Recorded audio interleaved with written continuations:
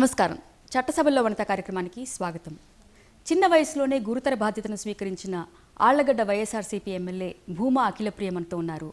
ఆమెతో మాట్లాడి ఆమె ఆశలు, ఆశయాలు, భవిష్యత్ ప్రణాళికల గురించి తెలుసుకుందాం.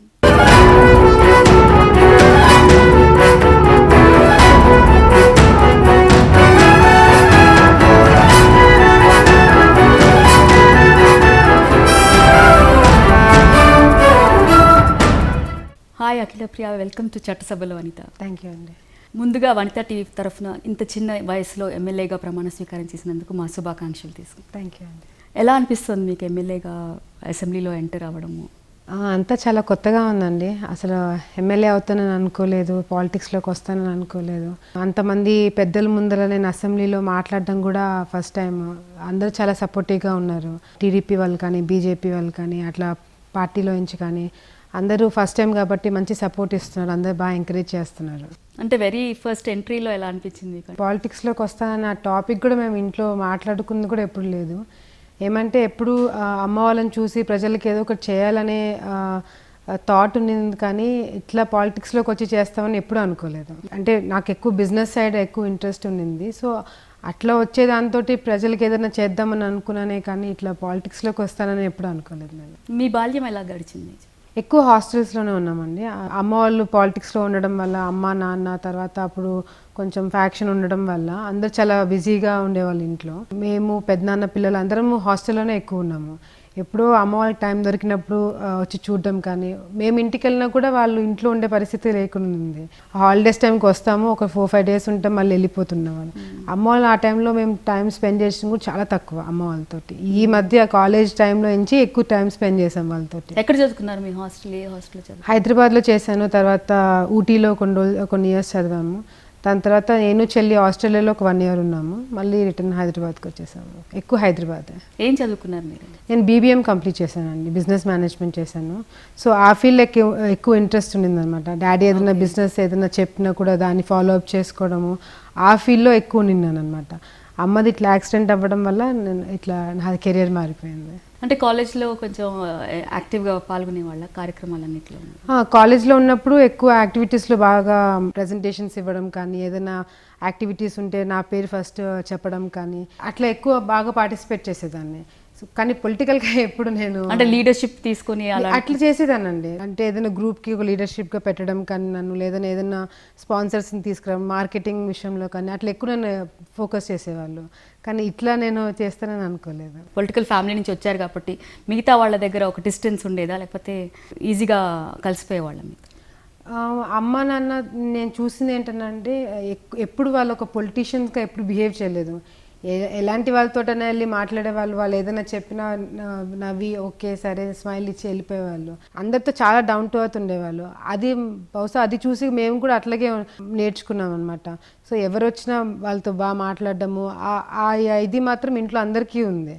సో ఎక్కడ పొలిటికల్ బ్యాక్గ్రౌండ్ మాట్లాడేటప్పుడు అది మైండ్లోకి కూడా రాదు. ఎప్పుడు అనుకోని పరిస్థితుల్లో మీరు రాజకీయాలకు రావాల్సి వచ్చింది. అది కొంచెం విషాదమైనటువంటి సంఘటన. అనుకోని యాక్సిడెంట్లో అమ్మ పోవడం, తర్వాత ఆ రెస్పాన్సిబిలిటీస్ని మీరు ముందుకు ఎలా తీసుకెళ్లాలనుకుంటున్నారు?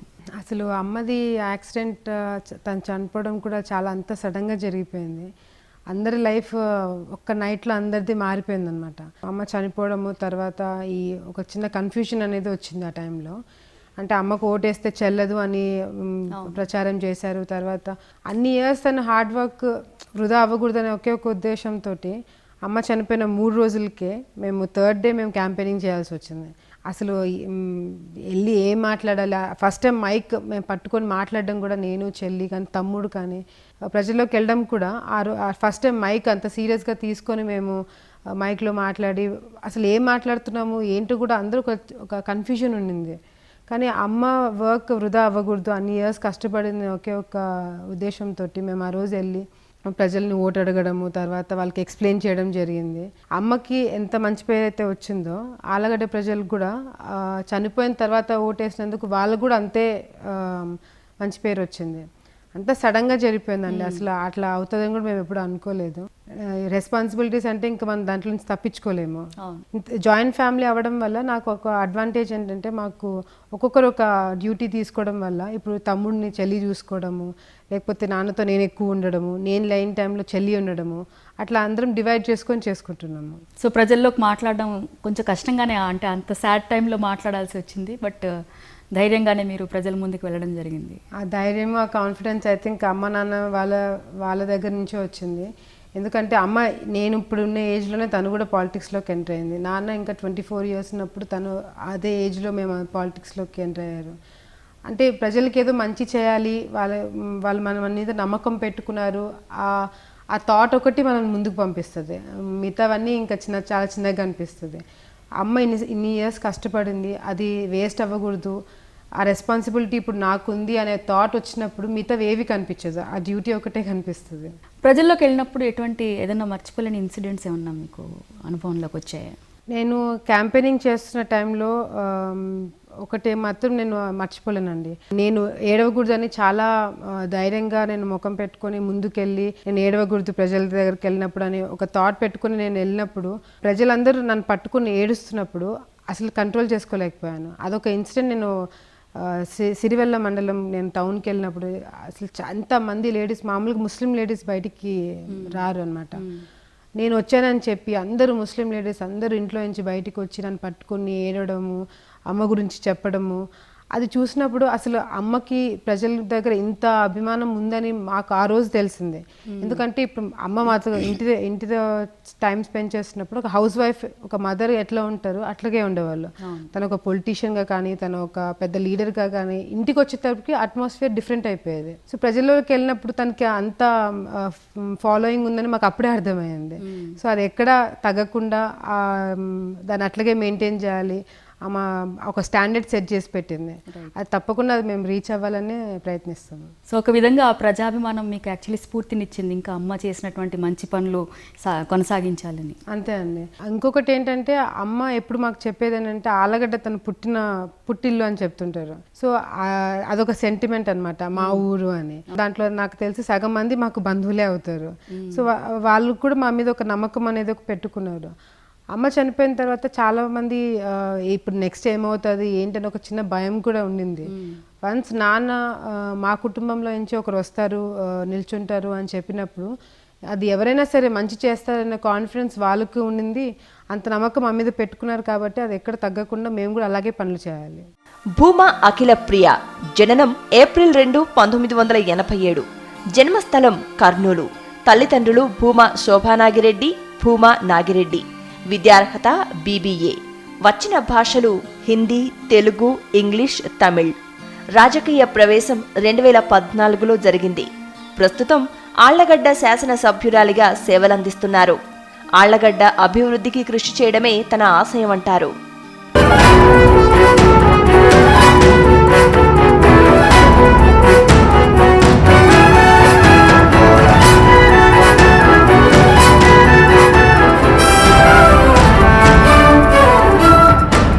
ఇప్పుడు నాన్నతో మాట్లాడి గైడెన్స్ తీసుకోవడం అట్లాంటిది ఏమైనా జరుగుతుందా రాజకీయాల గురించి? నాన్నతోటి ఏంటంటే అండి, ఏదన్నా ఇట్లా ఉంది నాన్న మాట్లాడాలి సబ్జెక్ట్ ఏంటి అని అన్నప్పుడు కూడా నువ్వే మాట్లాడుతావు, స్పాంటేనియస్గా నువ్వే మాట్లాడేస్తాను, నా గైడెన్స్ ఏం అవసరం లేదు. నాకు ప్రతి ఒక్క చోట ఇప్పటి వరకు నాకు ప్రతి ఒక్క చోట ఫ్రీడమ్ ఇస్తూనే వచ్చారు. అసెంబ్లీలో నేను ఏం మాట్లాడుతున్నా కూడా నన్ను ఒక్కసారి కూడా అడగలేదు నాన్న, దేని గురించి మాట్లాడుతున్నాను కూడా అడగలేదు. ఎందుకంటే మిస్టేక్స్ నువ్వు తప్పులు చేసినా స్టార్టింగ్లో తప్పులుగా ఏదైనా మిస్టేక్స్ మాట్లాడినా కూడా స్టార్టింగ్లోనే అన్నీ చేసే తర్వాత నీకు తెలుస్తుంది ఎట్లా మాట్లాడాలి ఎట్లా మాట్లాడద్దు. ఇప్పుడు తను చెప్తే ఎక్కడ నేను ఆ టెన్షన్ తోటి వేరే ఏదైనా మాట్లాడతానేమో లేకపోతే నాన్నది కనిపిస్తుందేమో అని చెప్పి ఎక్కడ నాకు ఆయన చెప్పింది కూడా లేదు. నువ్వు నేర్చుకుంటావు, నువ్వే ముందుకెళ్తావు అని చెప్పి నాకు ఫ్రీడమ్ ఇవ్వడం జరిగింది. అంటే ఇండిపెండెంట్గా వచ్చిన వాళ్ళు ఏ విధంగా అయితే కష్టపడి నేర్చుకుంటారో అదే విధంగా. ఎందుకంటే ఇప్పుడు భూమా నాగిరెడ్డి గారి సపోర్ట్ ఉందని లేదా ఆయన గైడెన్స్ ఇస్తున్నారని అందరూ అనుకుంటున్నారు. నానేంటంటే ఆయన ఉన్నాడనే ఒక థాట్ చాలు నాకు, నాన్న ధైర్యం చాలు. మిగతావన్నీ నేను నేర్చుకుంటాను కాన్ఫిడెన్స్ నాకు ఉంది. ఎందుకంటే అమ్మని చూసాము ఎట్లా చేస్తుందని, నాన్నని చూసాము, తాతయ్యని, మామయ్యని, వీళ్ళందరూ పాలిటిక్స్లో ఉన్నవాళ్ళు. వీళ్ళందరిని చూసి నేను నేర్చుకుని ముందుకెళ్ళడమే కానీ నాన్న ఇది చేయి అది చేయి నాకు చెప్పుడు చెప్పింది లేదు. ఒక పర్సనల్ స్వేచ్ఛ ఎంతవరకు కర్వ్ అవుతుంది, ఎంతవరకు తగ్గిపోతుంది ఒక ప్రజా జీవితంలోకి వచ్చిన తర్వాత? అంటే 24 గంటలు ప్రజలు మిమ్మల్ని చూస్తుంటారు, అంత అంత ఫ్రీగా ఉండదు కదా? చాలా అండి. అంటే నేను పాలిటిక్స్కి దూరంగా ఉండాలని అనుకుంది మెయిన్ రీజన్ ఏంటంటే పర్సనల్ లైఫ్, అంటే అమ్మ నాన్న ఎంత మాకు దూరంగా ఉండాల్సి వచ్చిందో చూసాము. అదొక రీజన్ నేను పాలిటిక్స్లోకి వద్దని అనుకోవడానికి రీజన్. చిన్నప్పుడు మేము హాస్టల్లో ఉన్నప్పుడు అమ్మ వాళ్ళు మమ్మల్ని వచ్చి కలిసే వాళ్ళు టైం దొరికేది కాదు. వేరే పిల్లల్ని చూసి మేము కంపేర్ చేసుకోవడం, వాళ్ళ అమ్మ వాళ్ళు వస్తున్నారు, వాళ్ళ పేరెంట్స్ వస్తున్నారు, మా వాళ్ళు రావట్లేదు అని చెప్పి అది మైండ్లో మాకు బాగా పడిపోయింది అనమాట. సో పాలిటిక్స్ అనేది నేను ఎప్పుడూ ప్రజలకి మంచి చేయాలన్న థాట్ ఎప్పుడు ఉండింది, కానీ పాలిటిక్స్లో రాకూడదని అనుకోలేదు, కానీ వస్తానని మాత్రం నేను ఎప్పుడు అనుకోలేదు. అదొక రీజన్, నేను పాలిటిక్స్కి నేను ఎప్పుడు ఆలోచించలేదు. కానీ వచ్చిన తర్వాత ఆ మైండ్ సెట్టే మారిపోతుంది. ప్రజల్లోకి వెళ్ళిన తర్వాత వేరే ఏది గుర్తురాదు. నాకు ఇప్పుడు అనిపిస్తుంది అమ్మ వాళ్ళు ఎందుకు రాలేకపోయారు ఏంటని ఇప్పుడు అనిపిస్తుంది నాకు. వన్స్ ఆ పనిలో పడినప్పుడు మీకు వేరే ఏది గుర్తురాదు. ప్రజలకు సమస్యలే, అవి ఎట్లా సాల్వ్ చేయాలి, నేను ఎట్లా ముందుకెళ్ళాలి, నేను ఎట్లా నేర్చుకోవాలి, ఇదే థాట్ వస్తుంది. కానీ మిగతావేవి మనకి మైండ్లోకి రాదు. నాకు ఆలగడ్డలో ఉంటే ఇంకా వేరే హైదరాబాద్కి రావాలి లేదా ఇక్కడ ఏం చేయాలి బిజినెస్లు, కానీ ఆ థాట్ రాదు. అక్కడ ఉన్నప్పుడు అదే సమస్యలు, నేను ఎట్లా నేర్చుకోవాలి, నేను ఎట్లా ముందుకెళ్ళాలి, వీళ్ళ ప్రాబ్లమ్స్ ఎట్లా సాల్వ్ చేయాలి, ఇదే థింకింగ్లో వెళ్ళిపోతాం మనం. సో పర్సనల్ లైఫ్ చాలా వరకు మనం మిస్ అవుతాము. బట్ తప్పదు, అంటే తప్పదు. ప్రజలు నమ్మి మనం ఇక్కడ కూర్చోబెట్టారు అంటే మనం వాళ్ళకి ఏదో చేయాలనే ఉద్దేశంతో వచ్చాం కాబట్టి ఆ పర్సనల్ లైఫ్ మిస్ అవుతున్నామని అనిపించినప్పుడు ఆ ఒక్క సెకండ్ మనము బాధపడతామే, కానీ దాని తర్వాత మళ్ళీ ప్రజల్లోకి వెళ్ళినప్పుడు మళ్ళీ వాళ్ళకి చేయాలి ఆ థాట్లోకి వెళ్ళిపోతాము. ప్రజలు కూడా నా కుటుంబం కిందకే వస్తారు అని అనుకున్నప్పుడు ఇంకే ప్రాబ్లమే ఉండదు. అంత కమిటెడ్గా ఉండాలి. యువత ఎక్కువగా రాజకీయాల్లోకి వస్తే ఎటువంటి మార్పులు ఉంటాయి? మార్పులు అనేవి ఉంటాయండి. ఎందుకంటే మోదీ గారు కూడా యూత్ని సపోర్ట్ చేయడం జరుగుతుంది. వాళ్ళ సపోర్ట్ తోటే ఇదంతా ముందుకెళ్తున్నారు. ఎందుకంటే యూత్ పాలిటిక్స్లోకి వచ్చినప్పుడు వాళ్ళ ఆ ఎనర్జీ కానీ ఐడియాస్ రావడం కానీ టెక్నాలజీ యూజ్ చేయడం కానీ ఇవంతా కొంచెం డెవలప్మెంట్కి ఒక స్టెప్ ముందుకెళ్తాము. అలా అని మన ఇప్పుడు సీనియర్స్ ఉన్నారు, వాళ్ళ అడ్వైస్ కూడా మనకు చాలా అవసరం. వాళ్ళ ఎక్స్పీరియన్స్తో వాళ్ళు చేసిన పనులు కానీ ఇవన్నీ కూడా చాలా అవసరం యూత్ ముందుకు తీసుకెళ్ళడానికి. పాత తరం వాళ్ళు ఎంత ఇంపార్టెంటో యూత్ కూడా పాలిటిక్స్లోకి రావడం కూడా అంతే ఇంపార్టెంట్. అనుభవం ఉన్న వాళ్ళని సంప్రదించి యూత్ ముందుకు వెళ్ళాలి. ఎందుకంటే ఎక్స్పీరియన్స్ వాళ్ళు చూసినవి, వాళ్ళు డీల్ చేసినవి కూడా చాలా అవసరం మనం అవన్నీ దాంట్లో నుంచి నేర్చుకోవడానికి. అందులో నుంచి నేర్చుకొని ఆ టెక్నాలజీ ఆ ఎనర్జీ యూజ్ చేసుకొని యూత్ ముందుకెళ్ళాలి అంతే. భవిష్యత్ ప్రణాళికలు అంటే మీ నియోజకవర్గంలో ఏం చేయాలనుకుంటున్నారు? ఆలగడ్డ కాన్స్టిట్యున్సీ దగ్గరకు వచ్చినప్పుడు ఎక్కువ శోభా నాగిరెడ్డి గారు ఎక్కువ డెవలప్మెంట్ దాని గురించి ఎక్కువ కష్టపడ్డారండి. ఎందుకంటే ఎమ్మెల్యేగా అమ్మ ఉన్నప్పుడు ప్రతిసారి మనం రూలింగ్లో ఎప్పుడు లేము. సో అదొక డిసడ్వాంటేజ్ అని అనుకోవచ్చు. కానీ ఇంకొకటి ఏంటంటే అక్కడ అఫీషియల్స్ కానీ వాళ్ళందరూ బాగా అలవాటు పడిపోయారు. అంటే అమ్మ ఎట్లా పనిచేస్తుంది ఆ సిస్టమ్కి ఒకటి అందరూ అలవాటు పడిపోయారు కాబట్టి ఫోన్ చేసిన వెంటనే వాళ్ళు పలుకుతారు, సరే మేడం చేస్తాం, ఇట్లా కాదు ఇట్లా వాళ్ళు అడ్వైస్ చేయడం కానీ అట్లా స్మూత్గా జరిగిపోతుంది. కానీ డెవలప్మెంట్ వైజ్ అమ్మ ఎప్పుడు ప్రతి ఒక్క విలేజ్కి స్ట్రీట్ లైట్స్, రోడ్స్, తర్వాత డ్రైనేజ్కి సంబంధించిన ప్రాబ్లమ్స్ కానీ ఈ విధంగా ఒక స్టెప్ బై స్టెప్ చేసుకుంటూ రావాలని తను ప్లాన్ చేసుకుంది. అన్ఫార్చునేట్గా తను ఇప్పుడు లేదు కాబట్టి తన ఐడియాస్ కూడా మాతోటి మేము ఎప్పుడు కూర్చొని ఇట్లా షేర్ చేసుకొని మేము మాట్లాడింటే మేబీ మాకు ఐడియా వచ్చేదేమో. కానీ తను ఒక డైరీ మెయింటైన్ చేసేది. అంటే ఎలక్షన్ క్యాంపెయినింగ్ టైంలో ఒక డైరీ మెయింటైన్ చేసి ఏ విలేజ్కి ఏం చేయాలి, ఎక్కడ ప్రాబ్లమ్స్ ఉన్నాయి, కొన్ని ఐడియా నోట్ చేసి పెట్టుకుందనమాట. సో అట్లా మేము స్టెప్ బై స్టెప్ వెళ్తున్నాము. మొన్న మున్సిపాలిటీకి సంబంధించిన మీటింగ్ జరిగినప్పుడు నేను వెళ్ళి అటెండ్ అవ్వడం జరిగింది. సో అక్కడ నాకు చాలా వరకు ప్రాబ్లమ్స్ తెలిసింది. నేను ప్రతి ఒక్క వార్డ్కి వెళ్ళి తిరిగాను అనమాట. ఒక 4-5 వార్డ్స్కి వెళ్ళి తిరిగాను. అక్కడ డ్రైనేజ్కి సంబంధించిన ప్రాబ్లమ్స్ కానీ లేకపోతే పెన్షన్స్కి సంబంధించిన ప్రాబ్లమ్స్ కానీ ఒక ఐడియా వచ్చిందనమాట. దాని గురించి మేము మీటింగ్ పెట్టి దాంట్లో డిస్కషన్ చేసి ఏ వార్డుకి ఎట్లా పెట్టాలి, ఏం చేయాలని మెల్లిమెల్లిగా స్టెప్ బై స్టెప్ ఇప్పుడు వెళ్తున్నాం అనమాట.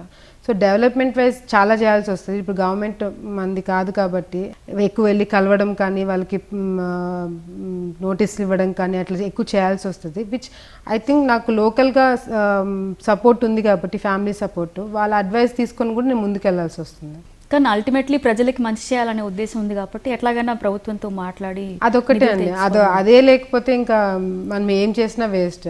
ఎందుకంటే అమ్మ ప్రజల్ని అంత దగ్గరగా వాళ్ళని పెట్టుకొని వాళ్ళు కూడా మా కుటుంబం అనే ఒక ఫీలింగ్ మాకు ఇవ్వగలిగింది. ఆలగడ్డ అంటే మనది, మన ప్రజలు అని.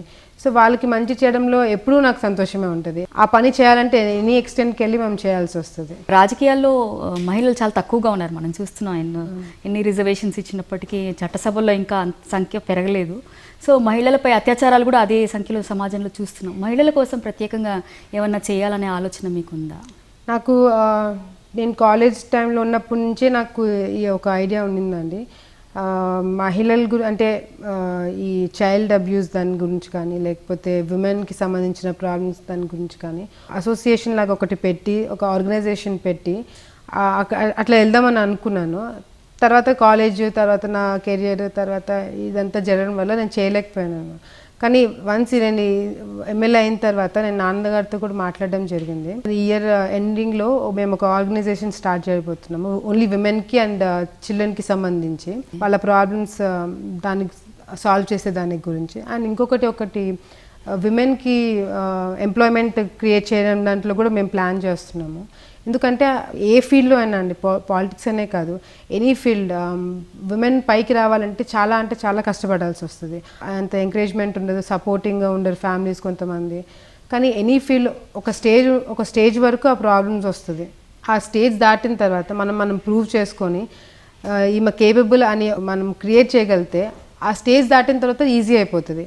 ఆ ఒక్క స్టేజ్ ఒకటి మనం దాటాలి. ఆ స్టేజ్ దాటిన తర్వాత ఐ థింక్ ఎనీ ఫీల్డ్లో విమెన్కి ఈజీగా యాక్సెస్ అవుతుంది. కాకపోతే ఆ ఎంకరేజ్మెంట్, ఆ సపోర్ట్ కూడా ఫ్యామిలీ నుంచి, లేకపోతే హస్బెండ్స్ దగ్గర నుంచి కానీ ఆ సపోర్ట్ ఉంటే విమెన్ కెన్ డూ ఎనీథింగ్ అండి, ఎనీ ఎక్స్ట్రీమ్స్కి వెళ్ళిపోతారు. భూమా అఖిల ప్రియ అభిమాన నేత వైఎస్ రాజశేఖర్ రెడ్డి, బేనజీర్ భుట్టో, ఇందిరాగాంధీలు. నచ్చే రంగు తెలుపు, ఎరుపు. చికెన్తో చేసిన వంటకాలంటే ఎంతో మక్కువ అంటారు. స్పెయిన్లో పర్యటించడం తనకెంతో హాయినిస్తుంది అంటారు. భక్తి ఉంది. ఆరాధ్య దైవం వెంకటేశ్వర స్వామి. ఎక్కువగా నవలా పుస్తకాలు చదువుతానంటారు. హాలీవుడ్ చిత్రాలు నచ్చుతాయంటారు. తల్లి దివంగత భూమా శోభానాగిరెడ్డే తన స్ఫూర్తి ప్రదాత అంటారు.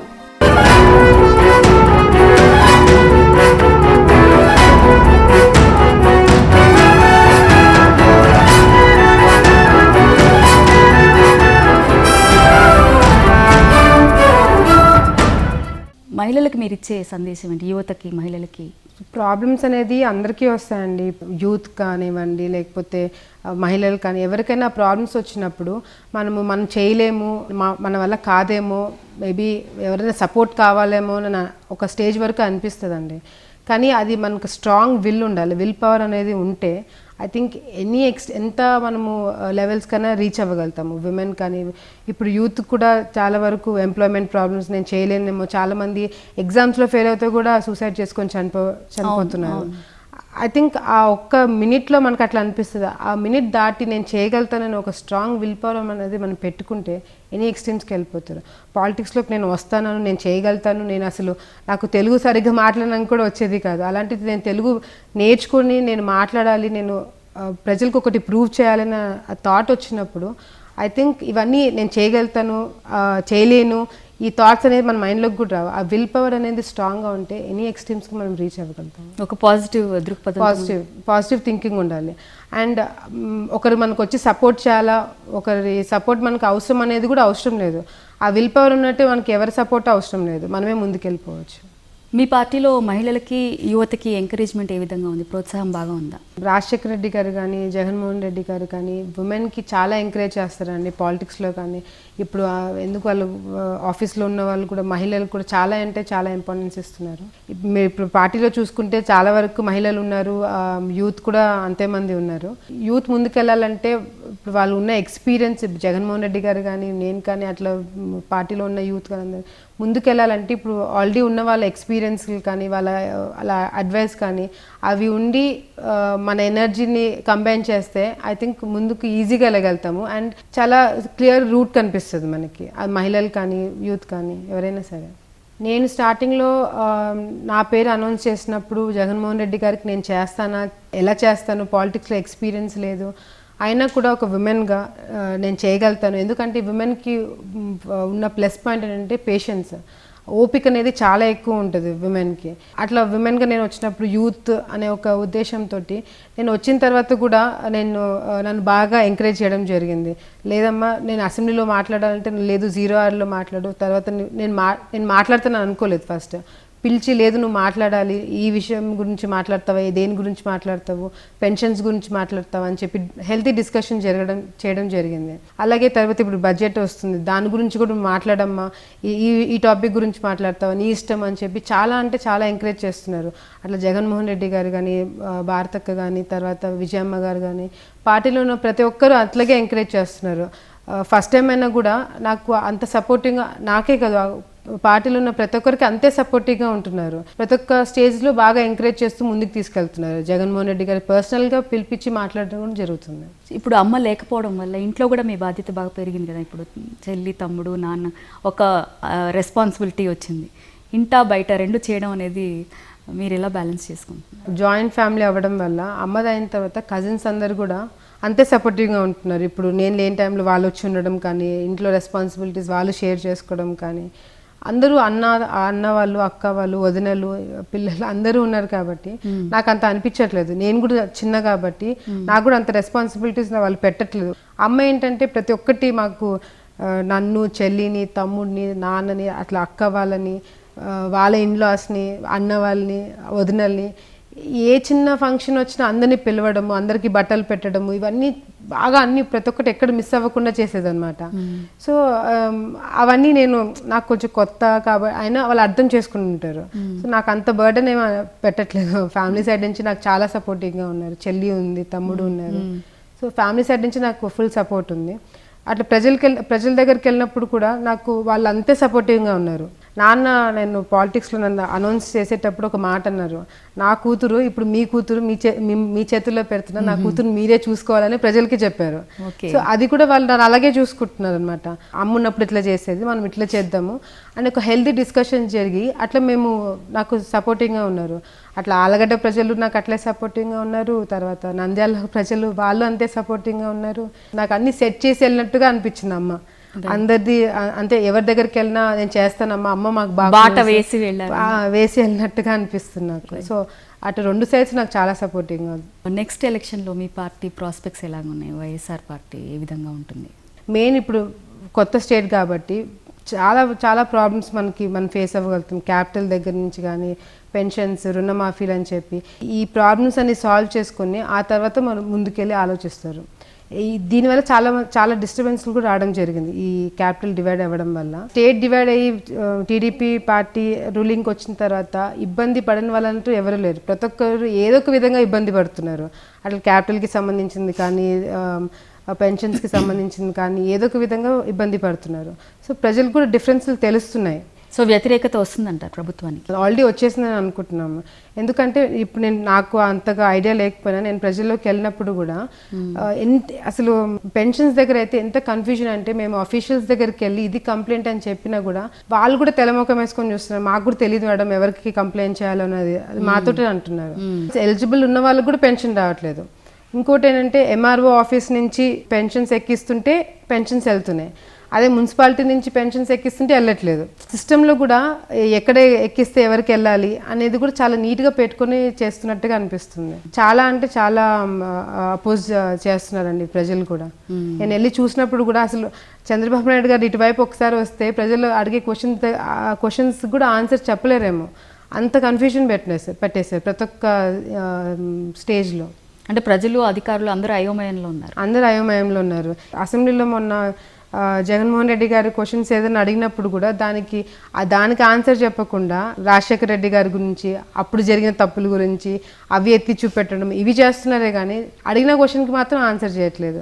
అసెంబ్లీ అంటే నేను ఒక డిఫరెంట్గా ఎక్స్పెక్ట్ చేసి వెళ్ళాను, అక్కడికి వెళ్ళిన తర్వాత టోటల్గా డిఫరెంట్గా ఉంది అట్మాస్ఫియర్.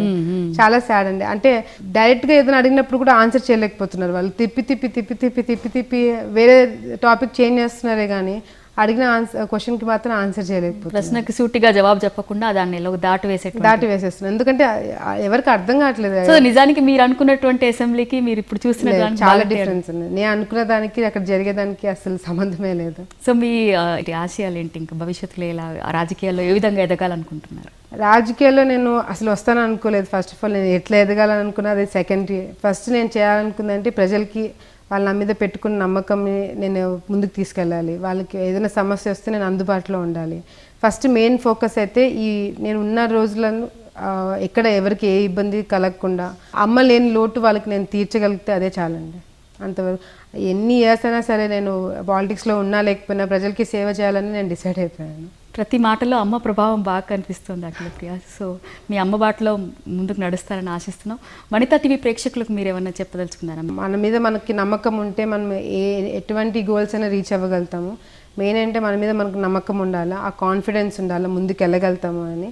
అది ఉంటే anything can happen. So thank you very much. మీ మాటల్లో ఒక ఉత్సాహం కనిపిస్తుంది, ఒక భవిష్యత్తుపై ఒక ఆశ కనిపిస్తుంది.